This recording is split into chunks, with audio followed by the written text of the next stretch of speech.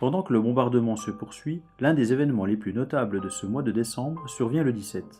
Ce jour-là, un parlementaire envoyé par le général de Tresco, commandant des troupes ennemies devant Belfort, apporte une lettre destinée au colonel Aristide d'Enfer-Rochereau.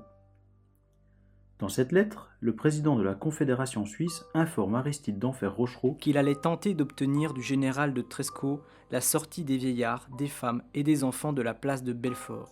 Explique le lieutenant Léon Belin. La Suisse avait déjà effectué une telle démarche pendant le bombardement de Strasbourg. Les autorités civiles de Belfort furent informées de la démarche des Suisses et invitées à dresser la liste des personnes appelées à en bénéficier. Beaucoup de vieillards, de femmes et d'enfants se firent inscrire. On attendait avec anxiété l'heure du départ. Édouard Meignier recense 1251 demandes. Chiffre énorme pour une population qui était déjà réduite par la suite des départs à 4000 habitants environ.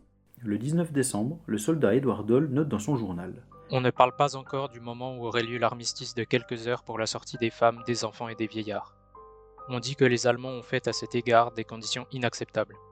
C'est-à-dire qu'ils entendraient que, tandis que le feu cesserait de part et d'autre, ils auraient le droit de continuer leurs travaux de siège. Pendant ce temps, la ville, les faubourgs, les forts de l'Est et du Sud reçoivent une pluie de fer, raconte Léon Belin. La plupart des maisons ont leurs murailles percées, les toitures démolies. Les rues sont pleines de décombres. On y circule avec peine. Un obus éclate dans une salle de l'hôpital militaire, coupe un infirmier en deux, tue un malade dans son lit et blesse un médecin et une sœur de charité. On fait évacuer complètement l'hôpital, en y laissant seulement les malades et les blessés prussiens. Puis survient une légère accalmie vers le 20 décembre. Un soldat anonyme décrit le spectacle que découvrent les quelques habitants qui sortent des caves pour constater les dégâts. Les rues étaient jonchées de débris, de tuiles et de décombres de toutes sortes. Les toits s'affaissaient en des masses irrégulières et par les temps de dégel faisaient pleuvoir les tuiles qui n'étaient plus guère retenues que par la neige et la glace où elles s'incrustaient.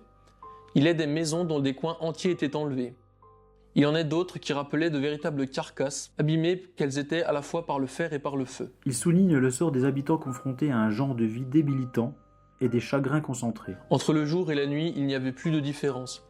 La vie exceptionnellement casanière, les ennuis d'une oisiveté forcée, l'épuisement de l'esprit en conjecture, la flamme qui éclairait devenue presque insupportable, et surtout les terribles émotions de chaque jour faisaient peser l'oppression sourde et générale des cauchemars. Chacun s'inquiète pour sa famille, pour ses amis, pour les malades atteints de la petite vérole ou de la fièvre typhoïde, confinés dans l'atmosphère malsaine des caves.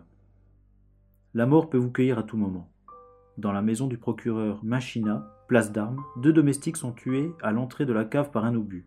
Un autre projectile dévaste tout dans la maison du marchand de toile M. Touvert, tuant sa fille. Au fourneau, Pierre Millet et sa femme ont chacun une cuisse coupée dans leur lit et meurent des suites de leurs blessures. Un de leurs fils est tué quelques jours plus tard par un éclat d'obus dans une autre maison du fourneau. Une jeune fille a une mâchoire fracassée alors qu'elle se réfugie sous un abri. Le soldat anonyme poursuit.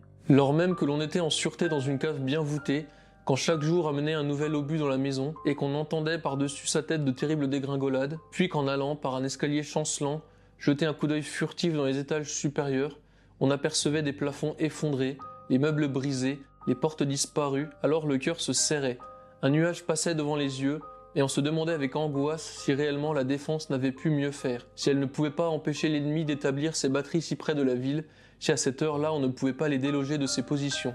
Même dans sa casemate pourtant située dans l'enceinte de la citadelle, la famille de mademoiselle M. Caron n'est guère mieux logée. Elle note, le 13 décembre, « Bombardement déchaîné de toutes parts. On ne s'entend plus. Nous pleurons, nous prions pour la conservation. » Le 16 décembre, « Tout vole autour de nous. Terre, projectiles, pierres. On entend les maisons dégringoler en ville. » Et chacun de se demander quand aboutira la démarche des Suisses pour l'évacuation des civils.